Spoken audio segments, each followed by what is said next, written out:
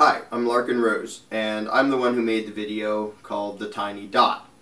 If you haven't seen that video yet, you can find that at youtube.com/LarkenRose. Now, the Tiny Dot video is very simple, almost to the point of being silly, but it demonstrates the difference between the number of people who are bossing us around and taking our money and the number of people who are continually handing over their money to Congress, to the people in Washington. And if you just see the statistical difference between this massive throng that's paying for these things and the tiny little dot that's getting our money and then spending it, it's a ridiculous spectacle. If you just grasp the numbers involved, it's absurd. So I made this video to see how many people could actually explain how the heck we got into this situation. Now, a bunch of people wrote comments making wild guesses of what the problem is. It's that we're not paying attention to what the dot's doing, and we have to vote more respectable dots and all these strange things, but none of them explain why you have this gigantic throng obeying a tiny little dot. Finally, somebody got the answer. He said, well, it's not just the enforcers, because the tiny little dot has their slightly bigger dot of enforcers. It's not just that the throng is scared of the enforcers, is that the dot has the law on its side. That's it. It's not just a bunch of control freaks asking for money. It's the law. It's your fair share. It's paying your taxes for the good of the country. All this propaganda and all this terminology that's used by the dot to pretend that we have a moral obligation to fund it, even if we don't like what it's doing, even if we think it's destructive and evil and economically stupid and anything else. They call their demands taxes. They don't just say, give us money or we'll hurt you, because the throng would say, no you won't. Look how big we are, look how little you are. They say, this is the law, this is paying your taxes. And people believe them. That's why the throng obeys the dot, because the throng really and truly believes that the dot has the divine right to rule the throng.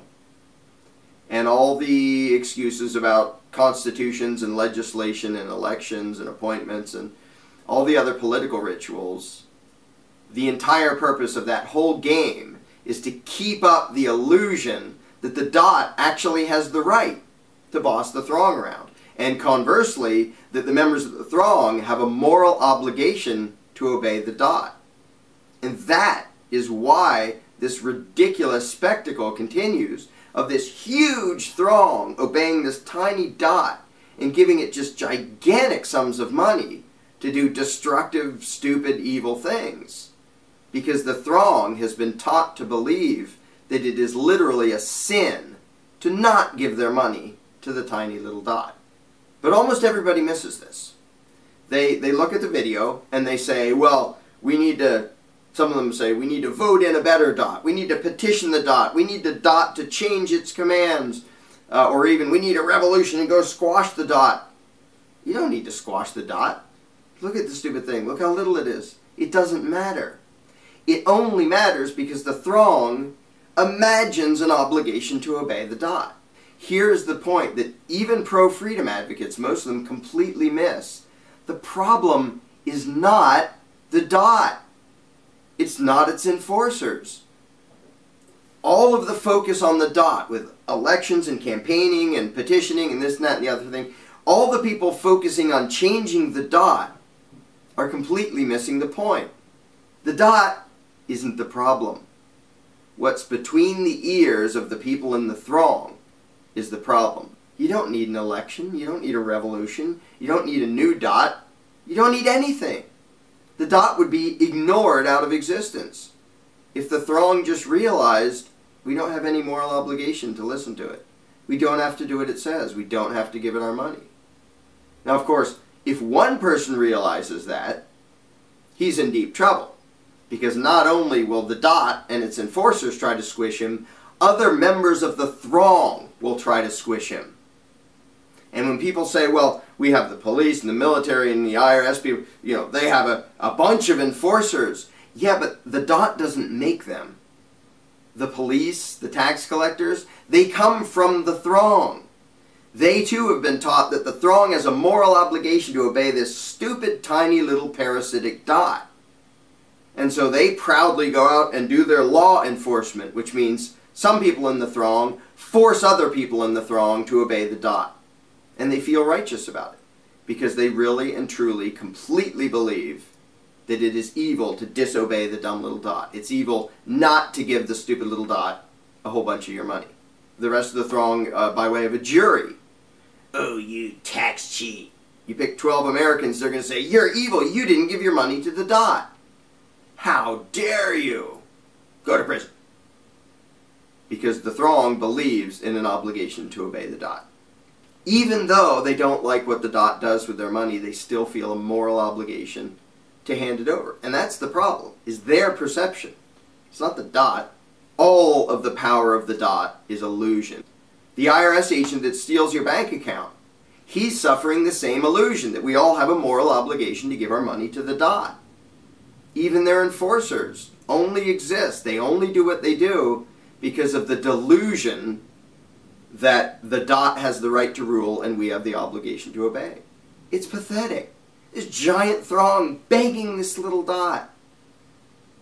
And the video that depicts that, most people, it's funny to see the comparison, but most people have no idea why it happens.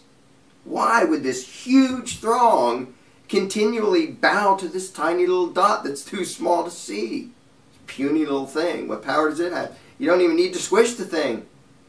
You don't need a revolution. You don't need to vote in a new one. You don't need anything. Just ignore it. Any solution that focuses on doing something about the dot is absolutely doomed to fail, because the dot is not the problem. In fact, any solution that focuses on let's change the dot somehow reinforces the notion that we have to obey the dot. Because why bother changing it? Why bother putting in a new dot? Why not just ignore it? Because even most pro-freedom advocates, along with everybody else, believe that we have an obligation to obey the dot, and that our only recourse is the political process where we bicker at the dot and try to meddle and tinker with the dot and what it's doing, instead of just saying, heck with the dot, we don't need it, we don't have to obey it. Again, if one person does that, the rest of the throng squishes him. If the throng as a whole, or even a significant minority of the throng, realizes, why are we obeying this stupid dot? We don't have to do that. Game's over. The dot has no more power, because all of its power is based on the illusion that what it does is legitimate. The bad news is, it's your belief system that is the direct cause of that ridiculous spectacle of 100 million productive people throwing their wealth at these corrupt, lying crooks in Washington. You believe things, just as I believe things, that you were taught to believe all your life, that are absolute lies. They're utterly insane. They don't make any sense if you actually examine the concepts around statism, government, law, taxes, terminology that's made to dupe the throng into believing it has a moral obligation to obey the dot. And I believed them. For a long, long time I believed them, and I never heard anyone question them.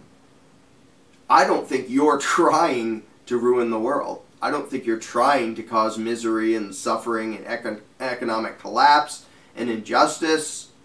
I don't know very many people who are trying to do that.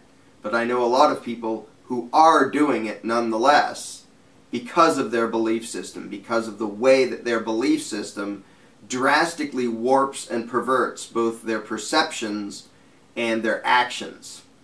If you look at the video, the tiny dot, and you think, wow, that situation seems ridiculous, you have to understand why you, as part of the throng, A, you're the problem, B, you're also the solution, and you don't need to fix the dot. You don't need to reform the politicians. You don't need legislation to change. You don't need a new election. Fix what's between your ears, which may be a slow, uncomfortable process. It was for me, and just about everybody I know. Fix what's between your ears, and the world will fix itself.